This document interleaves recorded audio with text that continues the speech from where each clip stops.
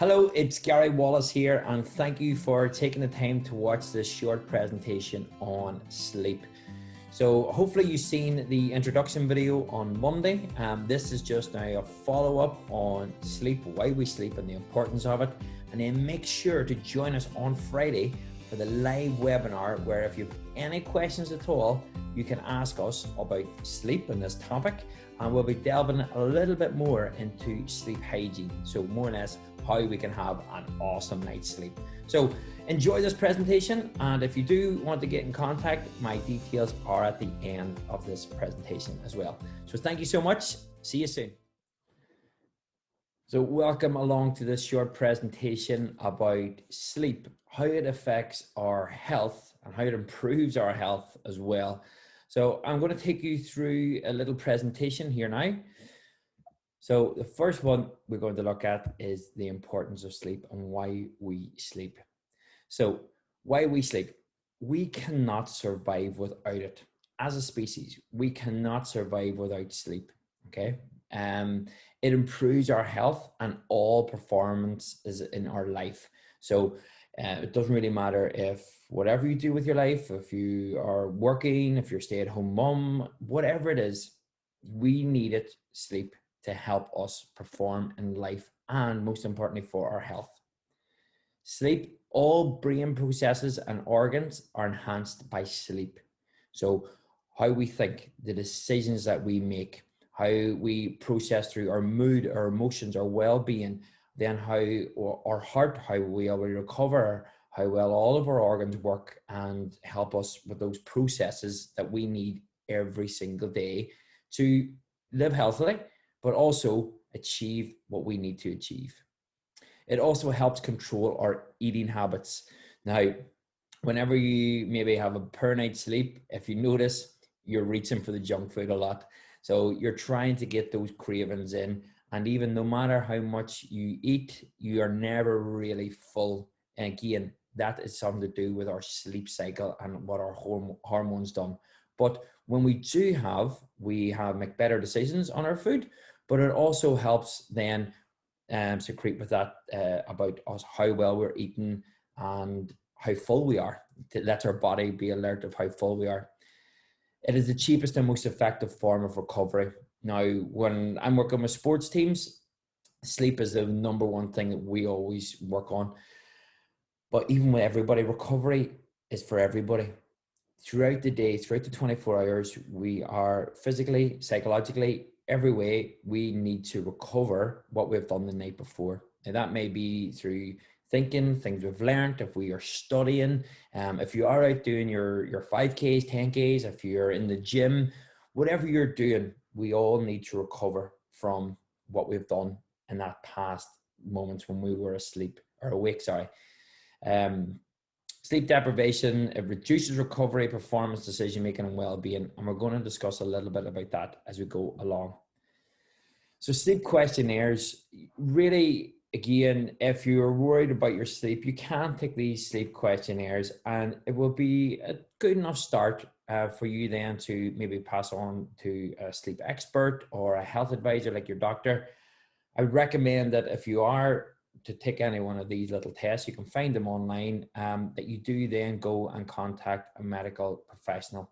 And that's the thing, because sleep sometimes we neglect and it does need a lot of help. There may be underlying issues with why you're not sleeping, and loads of things that can come into effect through your lifestyle, through stress, through health, through your nutritional habits. Everything can affect our sleep.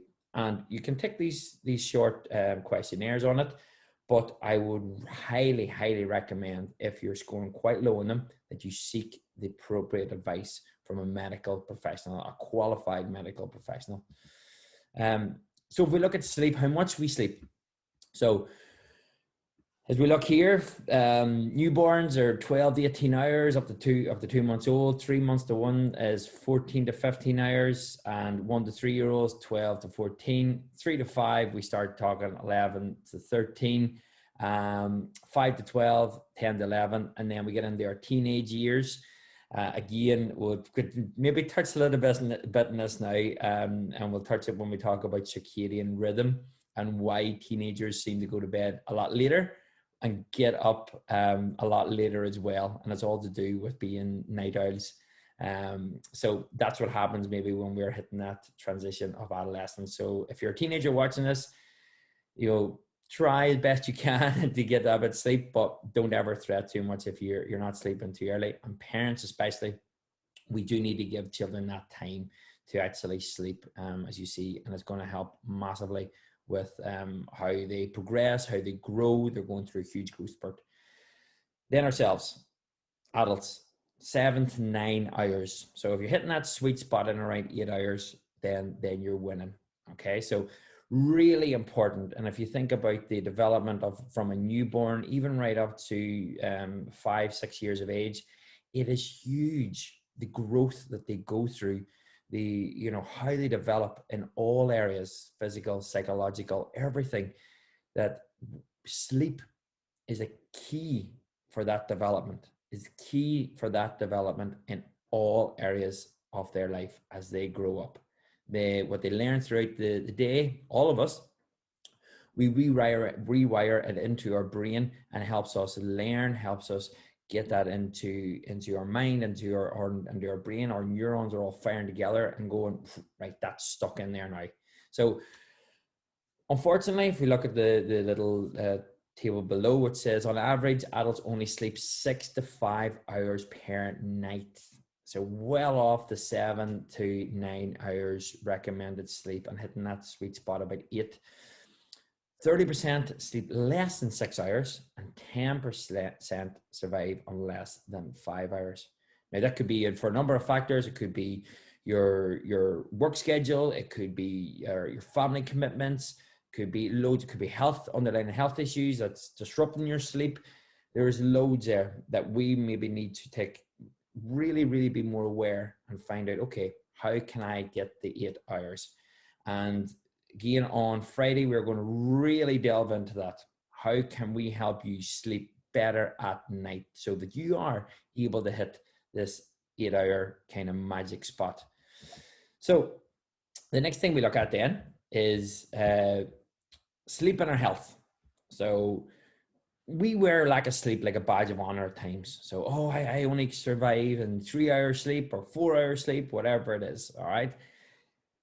Please don't. Take pride on sleeping 7, 8, 9 hours a night. Take pride and care in that. That's a key message. Lack of sleep is a global problem in the Western world, and that's from the World Health Organization. It is a pandemic of another nature where we are not sleeping enough, and we cannot survive without it. We cannot survive without it, and we are going to, this next one, it's going to have an effect on our health. There is no area of health unscarred by the lack of sleep. Everything is connected to sleep. Now, that is huge. And it's something which we do spend 1/3 of our life sleeping, and we take for granted a lot of the time. We'll catch up with it in the weekend. Doesn't really matter. We'll stay up watching another Netflix series. We'll do that. So we're actually stopping ourselves from being healthier by not going to sleep that bit earlier. It pummels your immune system. It really brings it right down, so you're more susceptible to colds, to cold sores, to just really everything that's coming on. And that's even chronic and acute pain, everything short-term, long-term, it can play havoc with us. So, right, you may not feel getting cold or anything now, but if you're still depriving yourself of sleep, there's a chance of, throughout your life, increased chance of developing Alzheimer's, cancer, you name it, that's going to be affected by your sleep. It also plays havoc then with our blood sugar. So when we're sleeping less than 6 hours per night, so sleep deprivation, it plays havoc with our blood sugar. Strong cravings for food, and it also then stops the chemicals being released for whenever our body knows that we are full. We just keep eating. It impairs our cognitive decision making, our problem solving, and our memory. So how we move, how we make decisions. I'm sure yourself, whenever you've had a poor enough night's sleep, you're going, what was I thinking about again? What was I doing? I don't know what I want to eat. Oh, I'll just eat that there. So there's loads I can do. Another issue that comes along with this is social media. So social media and addiction to our phones. If you own a phone, more than likely you have an issue with this. If you don't, fantastic. Well done you, and let me know the secret as well, because we all have that.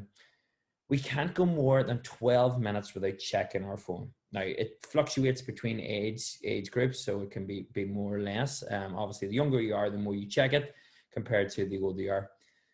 But that's 10,000 times a year if you're checking it. We can't go more than 12 minutes without checking it. And that has a massive effect on our sleep, which we'll look about a little bit later on, not only with the time we're spending on it, but the blue light that actually reduces the amount of melatonin, which helps us be more aware of when we're sleeping. So in essence, the shorter you sleep, the shorter your lifespan. Can't put it any easier than simpler than that. You sleep less, you live less. You sleep longer, you have a better chance of living longer. I think that's a decent way to go by it. So next up are stages of sleep. So with different stages of sleep, not only with 4 stages, so non-REM goes into three stages, and our REM sleep, which is our deep sleep, which is key for our development, recovery, for everything that we do, and we've learned during the day when we were awake. So it only takes about 90 minutes to go through this cycle. During your REM sleep, your first phase is your light sleep. It only takes around that 20 minutes. Then you start changing right over, transforming right into your deep sleep, into your REM sleep. So the reason science reckon the reason behind the non-REM sleep, it cuts out the information that we don't need in our brain. So obviously millions of things are going through processing our body every day. Thoughts, things we see, things we taste, touch, smell, everything is common, internal and external in our environment. So the non-REM sleep supposedly is meant to cut a lot of that out. And then when the REM sleep helps actually engrave that into your body, into your brain, into your mind, helps us repair, helps us learn more, recover everything that we have done when we were awake. REM sleep increases throughout the night. And so the more you get into this, the 90-minute cycles, the longer we stay in REM sleep. So we try not to disturb the cycle. So if we're getting up and going to the toilet a lot, you're disturbing that cycle. So you have to start right again at the start, go through the cycle again, 90-minute cycle, 90-minute cycle. And we're aiming for around 37 of those cycles a week. So 37 90-minute cycles, which roughly around 50 to 60 hours a week. We could call that like sleep banking, which we will talk more about on Friday. So make sure you join us for Friday about knowing how we can actually implement all of this. 2 things: circadian rhythm and sleep pressure. So circadian rhythm is like your internal 24-hour clock. All right. So it's not precisely 24 hours. So sometimes it can be, I'd say, a lot more, can maybe go up to 26, 27, 28, even especially in younger people. But it regulates everything we do, more so from our bodily functions. So, you probably, maybe if some of us, we go to the toilet exactly the same time in the morning. So, and again, that's regulated by our circadian rhythm. And the big thing that starts us off or helps regulate our circadian rhythm is exposure to light. Okay. So circadian rhythm works with the rising and falling sun. Throughout centuries, millenniums, whatever we've been on this planet for, it's the one thing that happens every single day. The sun always rises, the sun's always set. And that's what our body goes by. So the quicker we can get outside and expose yourself to natural sunlight, not artificial light, natural sunlight, it'll help regulate and kickstart our circadian rhythm. So, if we're locked up in a dark room all day, our circadian rhythm will still work, but if we can help it by getting outside first thing in the morning for 5, 10, 15 minutes, quick walk, brilliant, go for it. Whenever the sun starts to set, in the darkness, it releases melatonin within the brain. So melatonin gives you that sleepiness. So when it comes around that 8:30, 9 o'clock, when you're thinking, God, I'm a little bit tired, brilliant. do not add caffeine to that, which is a stimulant, but actually blocks off that as well too, or blocks off adenosine, which we'll talk about a little bit later. But that will prevent that and prevent you from getting that bit sleepier, take you longer to fall asleep, actually reduce then the amount of time you're in that deep REM sleep. So what you can see now, there's a knock-on effect of all of this, and including blue light, which we'll talk about in the next slide. I've stuck this one into, again, working with performance and coaches and players and stuff. So the highest chance of breaking Olympic records is in the early afternoon. The reason I put this in is, again, we seem to be more alert kind of in around that time. So some of the most alert we can really be to focus on our work is first thing in the morning. And then whenever we get through the day physically, we can perform really high levels about midday, and then it starts to fade off. The next one is sleep pressure. So once we wake up, we start sleep pressure. So adenosine is released in the brain, and it's like a sleep pressure. So it's like a pressure gauge, which then starts to go and go and go and go and go.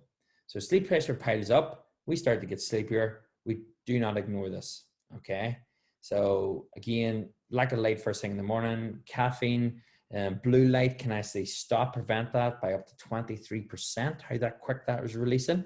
And then napping reduces that as well. So if we are sleep deprived and we're napping, especially if we're napping late in the evening, it can actually have a negative effect on the sleep pressure. So once the sleep pressure starts to come, this is when we're ready to sleep. And then it'll begin all over again. As soon as we wake up, it'll start to come. Now, if we stop that with caffeine, too much screen time, too much everything, especially at night, at dark, when the sun has gone down, then the sleep pressure isn't going to get there when it comes 9:30, 10, 11, 12, 1 o'clock, whenever you're doing it, it's still not there for us to fully fall asleep. So hopefully that just gives you a quick insight into it.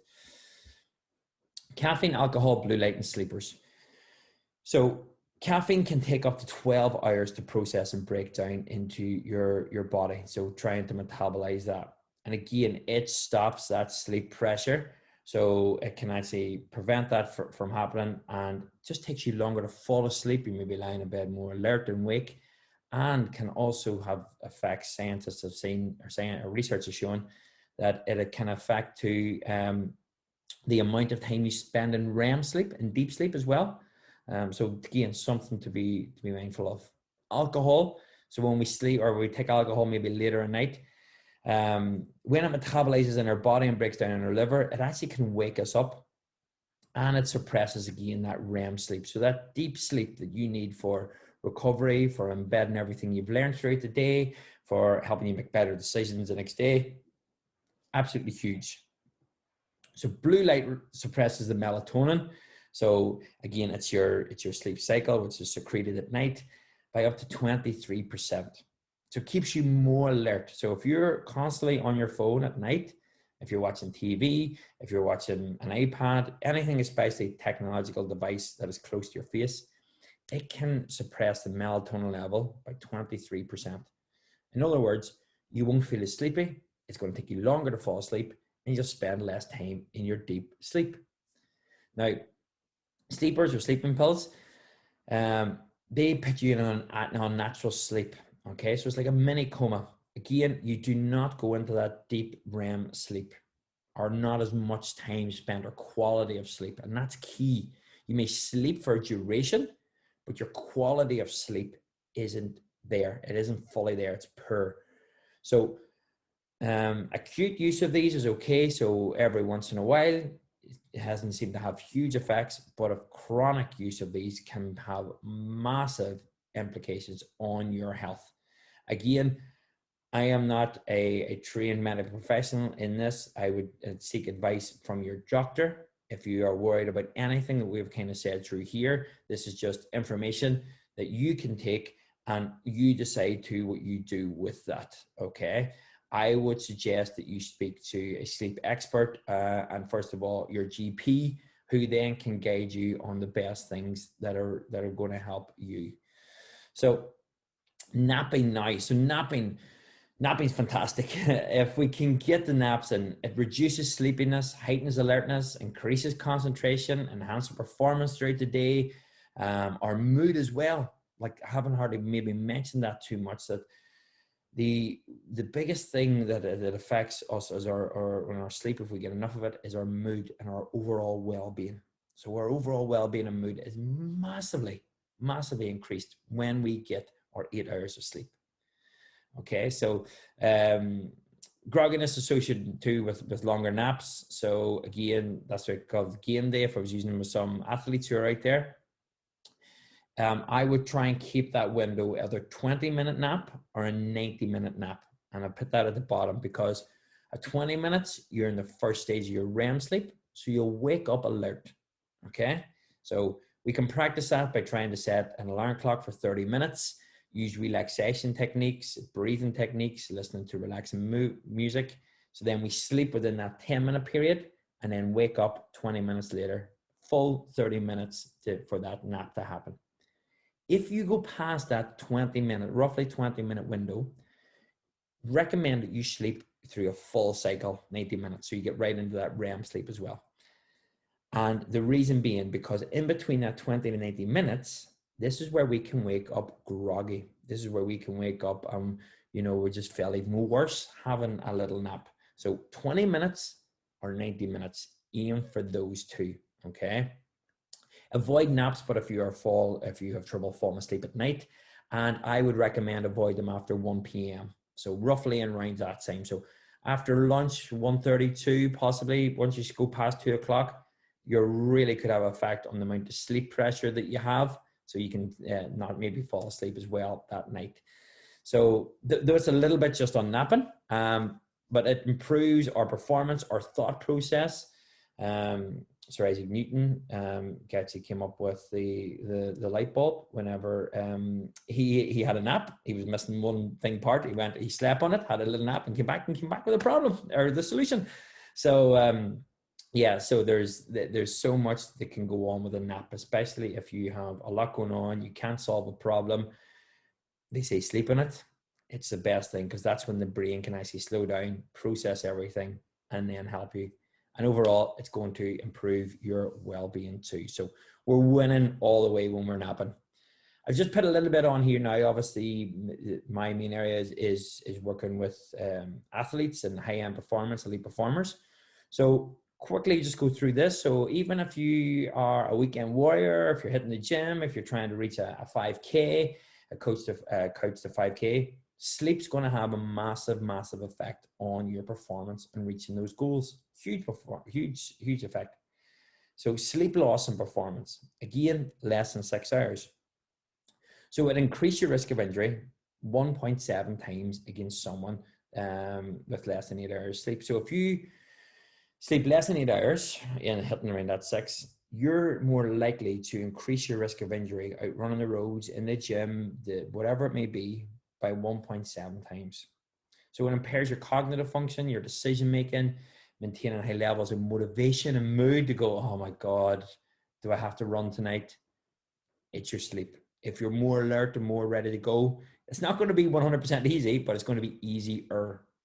If then now sports are coming back, so sports specific skill execution. So if you're playing any sports at all where you need that skill level, that skill acquisition, then this is going to have a massive effect if you're not getting your sleep. Sustaining high energy exercise bouts. So if you're using a sport where you sprint a lot and you have to stop and go again, and their muscular and anaerobic power is impaired.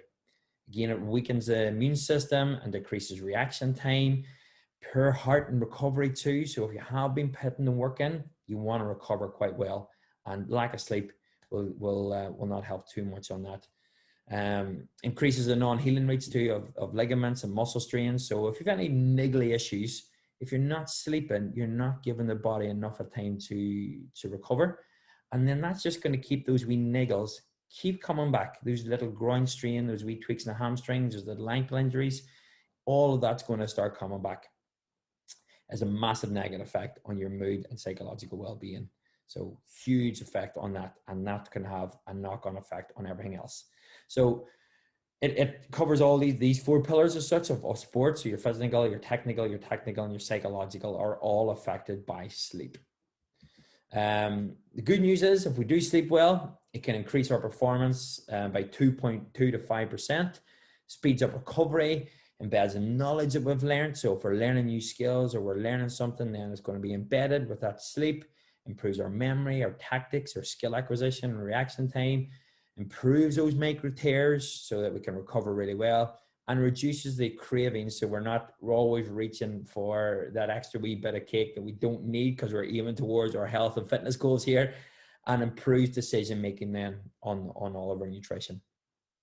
So the positive effects on mood and overall well-being, that cannot be underestimated or understated.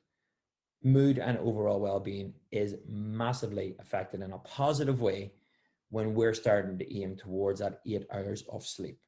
So as you've seen there too, sorry, it says 8 to 10 hours. That's again, if you're really wanting to perform at a high level, 7 to 9 hours, general population, every day, we still need it. But if you want to take your sport, your training, your commitment to whatever your health and fitness goals are, aim for that 8 to 10 hours.